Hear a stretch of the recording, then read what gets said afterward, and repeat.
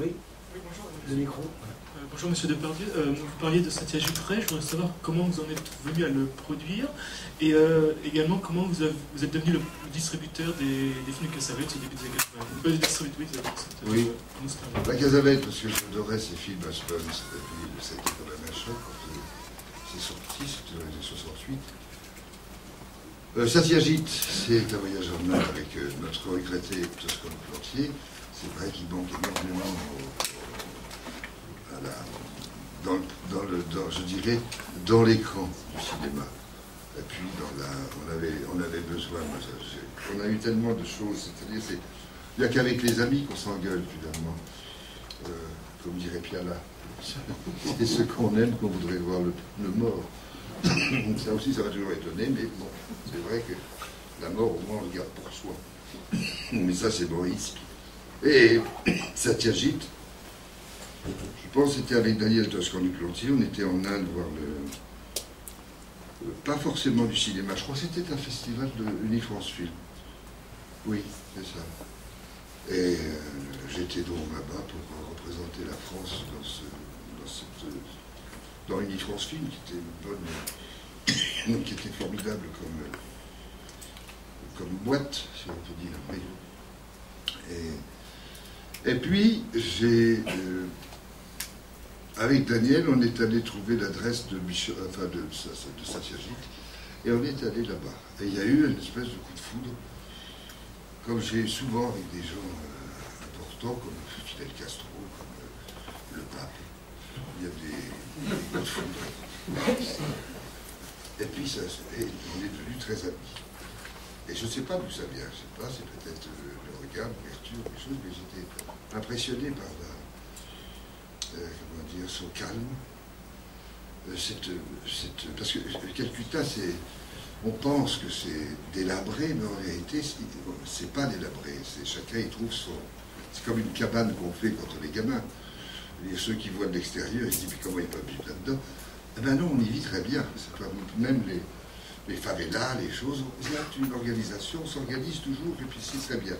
Et chez Satyajit, c'était, pardon, il ne vivait pas dans un taudis, mais c'était pas ce qu'on avait l'habitude de voir dans nos HLM, même quand on était dans les HLM. Et donc, il y a surtout chez cet homme eh bien, il y a ce qu'on appelle un artiste, c'est-à-dire ou un savant, comme ces astrophysiciens qui parlent de quelque chose et tout à coup ça devient de la poésie. Quand on parle l'infiniment grand, l'infiniment petit, lui il parlait de ses correspondances avec Kurosawa, de son histoire avec Renoir sur le fleuve, de son amour pour le Bengale, ce mystère de toutes ces religions en Inde, certainement son athéisme en même temps, et son athéisme qui pose sa question à lui, qui était donc extrêmement intéressante, la connaissance du cinéma français, sa vie, et puis tout à coup, on est venu à parler de ces films que moi j'adorais, Pazel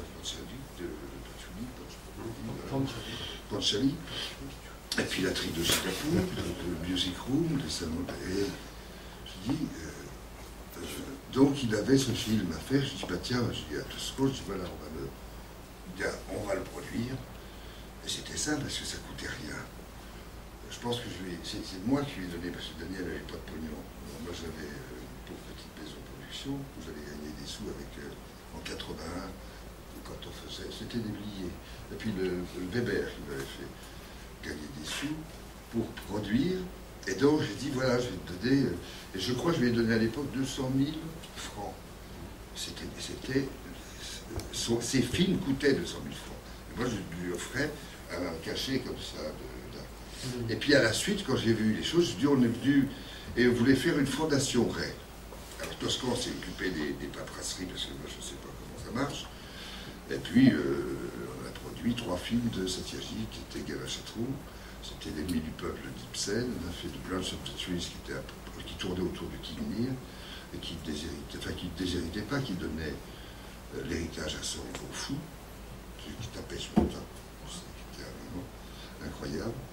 Et puis, son dernier film, qui m'a dit en 2 mots, il dit, j'aimerais faire quelque chose, un film sur un homme qui revient, parce que leur pas de celui qui quitte et qui va dans la ville d'essayer de donner ses cours de son instituteur, il était. Et là, c'est un homme qui revient après 30 ans de tour autour du monde, et qui arrive dans la famille et qui dit Dieu n'existe pas. Dans un pays où il y a 1200 religions, il y avait donc un problème énorme. Donc après il s'arrange avec, et puis vous et le public et les critiques voient ce qu'il y a à voir, mais pour lui c'était simple, c'était, voilà, il revient, il dit Dieu n'existe pas, voilà, point. Et après il fait ses films. Et ce qui est étonnant, on est devenu très amis avec sa femme, son fils qui était opérateur, et lui surtout, alors c'est lui aussi qui m'a désinhibé de, je sais si j'aimais la parole, mais en anglais c'est encore plus difficile, et c'est lui qui m'a donné compris, il m'a dit mais si tu parles anglais, j'y vais, oui, en tout cas, si c'est ce que je comprends de toi, oui, j'understand tout ce que tu dis, donc forcément je dois parler. Et c'est lui qui m'a fait faire le pas après de parler anglais. Et tu disais hier que, en effet, il voulait faire un film avec le cachet, tu as dit non, prends cet argent pour toi. Oui, c'est ça, il voulait faire le film avec le cachet, j'ai dit non, c'est ton truc à toi, c'est vachement bien. Et sa femme me bourrait de gâteaux, un peu comme le bouchon, là, je sais pas. Elle me bourrait de gâteaux, et c'était des après-midi exceptionnels. Exceptionnels de cette correspondance qu'il nous relatait avec Kurosawa, de ces dessins qu'il faisait. Il s'envoyait des storyboards de petites choses. Et, enfin, c'était encore une fois, c'est comme un père. J'ai eu, la chance que j'ai eue, c'est aussi que j'ai eu des pères un peu partout. De Michel Simon, Marcel Dalliot, Bernard Blier qui se battait avec Jean Gabin pour que je sois dedans. Et moi je ne savais pas, c'est-à-dire que c'était véritablement en plus du langage, j'avais une autre famille, parce que j'ai perdu mon père et ma mère très tôt, mais ça ne faisait rien, c'était normal qu'ils meurent. Et donc j'ai eu tous ces gens-là qui m'ont... C'est un grand privilège de pouvoir d'abord essayer de ne pas décevoir, bien que des fois j'avais des... je me souviens déraciné un poteau de sens interdit quand on faisait l'affaire Dominici à Sisteron, et Gabin il dit tu vas pas commencer, là on est déjà mal vu. Et j'ai dit ben non, c'était un poteau de salade, oui ben je viens avec moi. Donc j'ai appris le métier avec Gabin à table.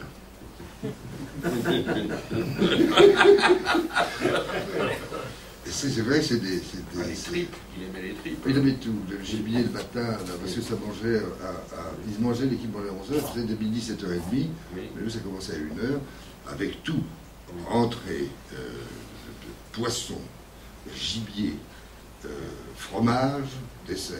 Oui. Et tout ça poussé dans les Bourgognes à décorner mais là, et après, il disait c'est bon, c'est naturel, ça fait voilà, pisser. c'est ça. En mangeant les tripes, c'est bon, c'est naturel, ça fait pisser. Ça fait pisser.